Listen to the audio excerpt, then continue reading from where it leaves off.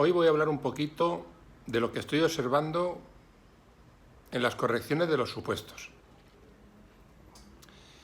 Lo primero es la introducción. En la introducción estáis cometiendo errores. Estáis eligiendo el supuesto que habéis elegido, la importancia que tiene tanto para el alumnado como para la realidad, para el contexto real, y después que va a formar parte de la PGA, del proyecto educativo y, por tanto, de vuestra programación didáctica, lo que vais a ir desarrollando.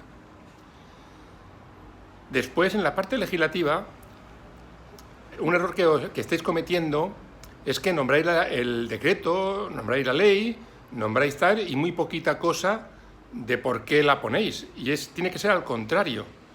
Tenéis que hablar mucho de lo que queréis expresar, queréis poner y basaros en ese decreto, esa ley. De tal forma que si me aparece en alumnado de DNAE, yo no voy a poner el decreto 25/2018 en el que se establece las necesidades educativas especiales de tal. No. Tengo que hablar que en el supuesto se está comentando que tengo dos alumnos de DNAE. Uno con un TDAH y otro, por ejemplo, TEA. Para trabajar con ellos es fundamental el conocimiento del decreto 25/2018 porque en él se establecen las necesidades específicas de apoyo educativo a nivel general, pero otro documento muy importante que vamos a tener en cuenta es la resolución del 9 de febrero del 2011 porque en él se establecen la forma de evaluarlos y la metodología más adecuada que tengo que tener con ellos.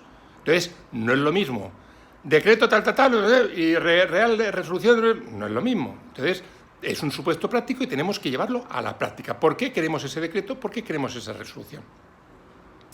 Bien, luego viene el contexto. Y en el contexto tenemos que basarnos con nuestras palabras en el contexto del supuesto.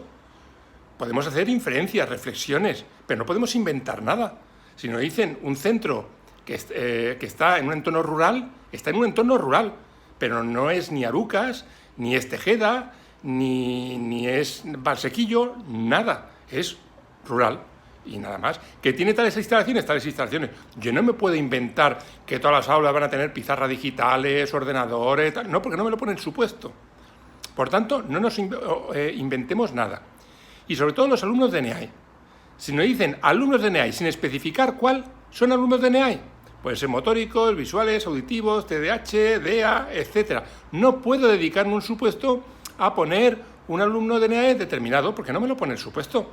Yo lo que tengo que tener en cuenta es que en la metodología, cuando tenga que hablar de la metodología y la medida de atención a la diversidad, voy a hablar a nivel general de la clase, pero también que voy a tener en cuenta en todo momento aquellos 2 o 3 alumnos de NEAE que me ponen el supuesto, que dependiendo de sus características me basaré tanto en el decreto 25/2018 como en la resolución 9 de febrero.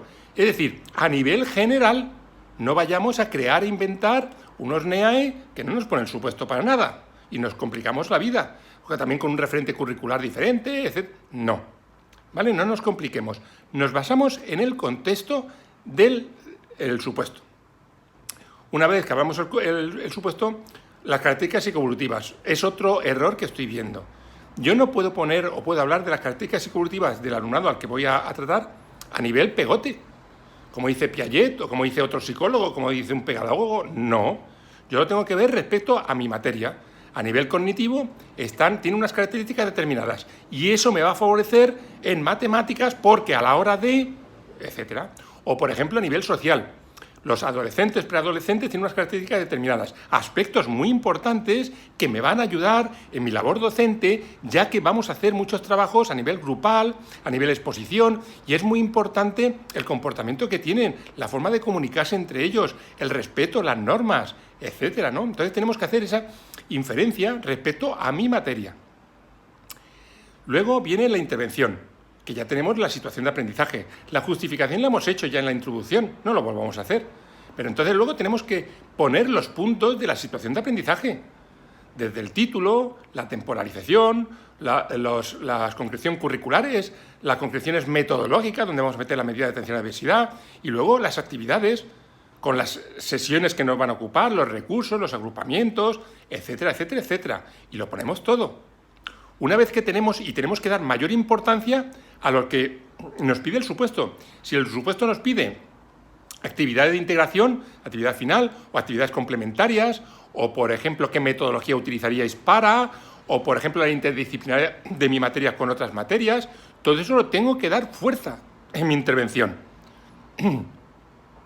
O actividades grupales, pues ahí ya sé que en alguna de las actividades, tanto de motivadoras o de indagación, como de demostración, como de integración, como de aplicación, voy a tener que hacer actividades grupales, bonitas, curiosas, porque es lo que me pide el supuesto. Tengo que dar mucho más importancia a lo que me pide el supuesto.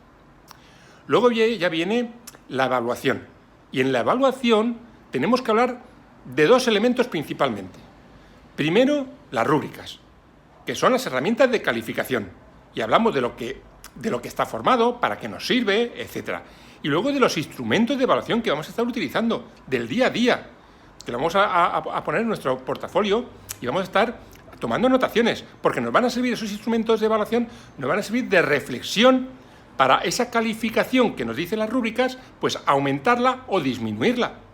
Según, porque un niño que el pobre tico pues saca un suficiente según las rúbricas, pero pues se lo curra, se lo trabaja, trae la libreta, trae los deberes, participa, tiene interés. Hombre, esos instrumentos me ayudan para aumentar esa calificación. Es competente en otras situaciones. Y luego, la evaluación del profesorado. Es importante que pongáis y nos demos un par de besitos diciendo lo buenos que somos como maestros al evaluarnos nosotros mismos sobre nuestra labor docente. Y nos machucaremos al llegar a clase diciendo qué desastre, de los 24 alumnos me han aprobado 4. Me tengo que pegar, me tengo que flagelar. No puede ser 24 alumnos y que me aprueben 4. Algún error he tenido que cometer. Entonces eso es importante también, la autoevaluación como docente. Y luego, ya por último, los temas que traéis de casa, que es la conclusión, que ya sabemos que es a nivel reflexión, y como es reflexión la tenéis que traer de casa, pues si no vais a tardar mucho el día del examen, y la bibliografía. La legislación ya la habéis puesto. Por tanto, poner aspectos o libros didácticos, de autores, etc. ¿Correcto? Vale, espero que os haya ayudado.